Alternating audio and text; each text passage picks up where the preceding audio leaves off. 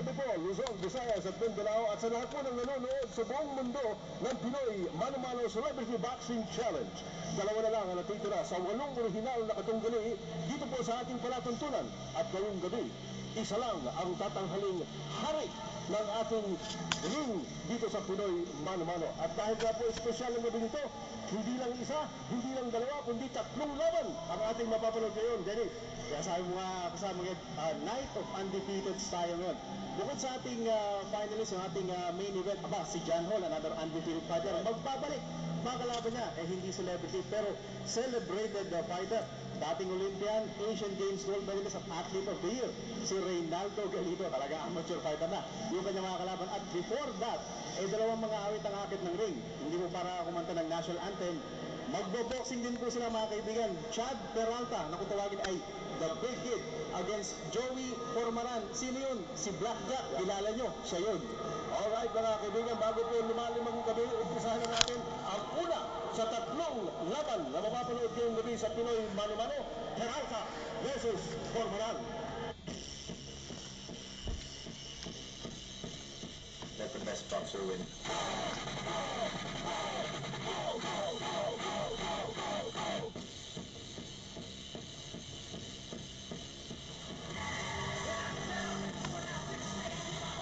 Ipinanganak at lumaki sa Australia at una nakarating sa Pilipinas at nakasali sa Pinoy Dream Academy.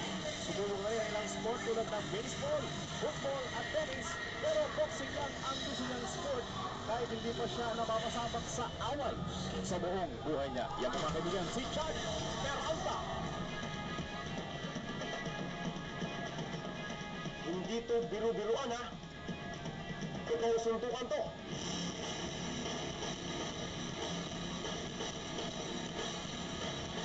Yan po si Joey Formaran mga kaibigan, mas kilala nga sa screenplay na Black Jack.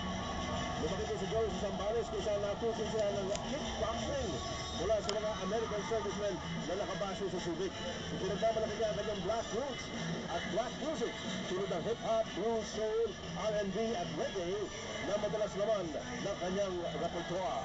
At yan po ang ating tale of the tape. Halos magkapareho po ang kanilang height at weight at reach. So match na match yan. We'd like to welcome to the commentary panel ang ating kaibigan si Mr. Cesar Montano. Mayang gabi. Mayang gabi, Kuya Ed, Dennis, good evening. Mayang gabi sa tanang nanonood, pero sa mga kasayahan, lalo na sa Bohol. Pero ngayon po, narito tayo sa San Juan, sa The Arena. Sa lugar ni Mayor JD. Andito siya, ha? Nandito siya. Nandito siya ngayon. At nagpapasalamat po tayo sa lahat po ng mga mamayan ng San Juan na mainit po tinanggap itong Pinoy Mano-Mano. Magandang gabi po sa inyo lahat ng taga San Juan. At sa akin siyempre suot ngayon gusto kong pasalamatan ng Blue Navy at ang Everlast na palagi natin suot na hindi pa nila pinapalitan ng bago. Pero ito, hindi rin natin pinapalitan ang ating mga patakaran. Yan po mga kaibigan ay under the supervision of the Amateur Boxing Association of the Philippines o ABAP. Lahat po ng ating mga reglamento ay yan po ay sinusupervise ng ABAP na pati na po ang mga gear na sinusuot ng ating mga nagpo-boxing dito ay standard po lahat. At sinecheck po yan ng ating mga doktor, ng ating mga opisyalis ng ABAP. Alright, umpisa na natin ang unang handog. Ngayong gabi sa Pinoy Mano-Mano, let's go up the ring with Jason Sosa. Ladies and gentlemen, introducing our fighters for this match. Starting off with our fighter in the blue corner, wearing blue headguard, blue trunks with white stripes, blue singlet and weighing in at 160 pounds. Big Kid, Chad Peralta.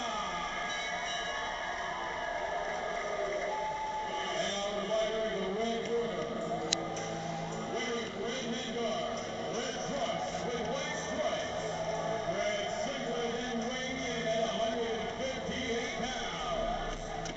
Black Jack, Joey Formaran. Our officials for this fight from the Amateur Boxing Association of the Philippines. Ring position, Dr. Julian Gagarin.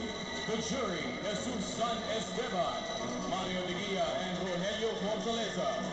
Judges, Mark Mejia, Billy Pomero, Rolando Jose, Alan Flores, and Boy Ortuste.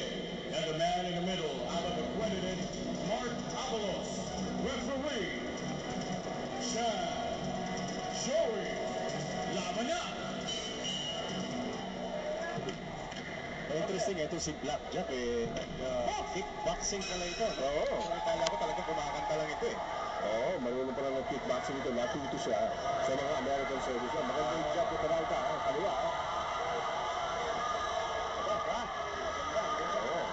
Ito, nagtago na po. Nakakatuwa ito si Blackjack panoorin. Oo. Ayan, patukubli. Pero mga aparkat, dalawa, tatlo, apat, dalawa aparkat. Parang ayaw tumigil eh. Oo, ayan. Nakakuha ng buwelo si Blackjack. Sinusubok na po ni Blackjack si Chad Peralta. Kakaibang galaw ito. Iba ito. Tinamaan tuloy. Ito mamada pa.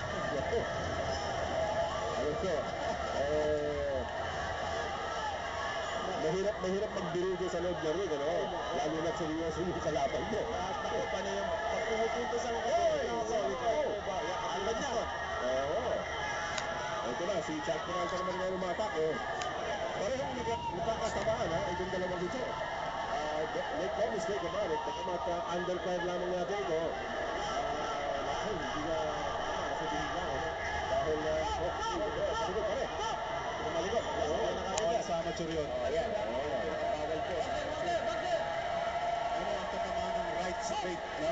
Itong si Blackjack, nawala na yung pagpuwela niya dahil naku, totoo talaga ito. Ayan, kinakatawa pa siya. Kanina nakita natin, nakabuka na bibig nito si Blackjack, ano? At tinatamaan siya sa katawan.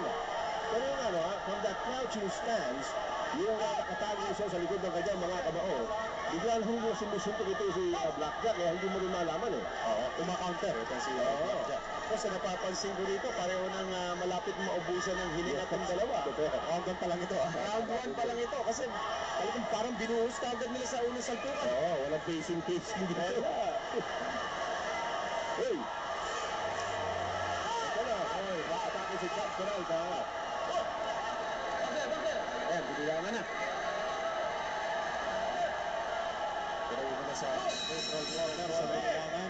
Standing itong binigay dito kay Blackjack. Tatapusin ko niya, no? Oo, siyempre.